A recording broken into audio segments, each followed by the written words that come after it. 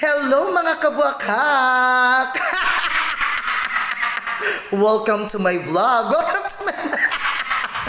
Ayan, ginawa ko itong video na ito dahil gusto ko kayong i-update. Diba, may ginawa tayong video noong nakaraan dahil nga sa pagsunod sa DepEd Order 21 Series 2023. Marami pa rin ang nagkomento, marami pa rin ang naging kritiko. No, at mga judgmental. Kung bakit daw may naiwan pa, bakit meron pa rin mga ganun, mga etche boretche at saka mga learning station. Kaya narito na guys, narito ang classroom ko. Para lamang sa inyo. Diba? Para naman maging masaya na ang lahat, diba? Kaya guys, ito na. O, ayan. All white. O, diba? Grabe, puting-puti. Grabe talaga yung pintura na nasayang dyan. Sayang na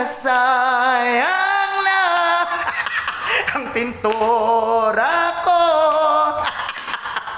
Lalong-lalo na ang perang nagastos ko.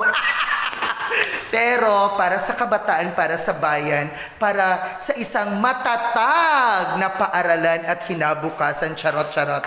O diba guys? Oh? In all fairness, maganda siya talaga. Ang linis, ang linis. O wala na yung quotations. Yan. O diba? Yung front, ang linis-linis na talaga. O ayan. O diba? Ito nala, tubig. Importante kasi yung tubig. Oh, di ba? Sayang na sayang.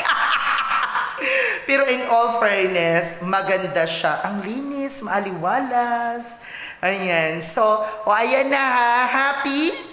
Satisfied?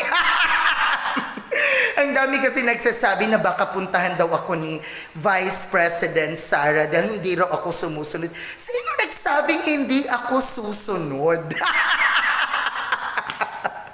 Susunod po ako, kayo naman. Grabe ha. O ayan guys. So sana natuwa kayo at nasiyahan kayo. Kaya wag nyo na po akong i-mass report. I love you, Mama.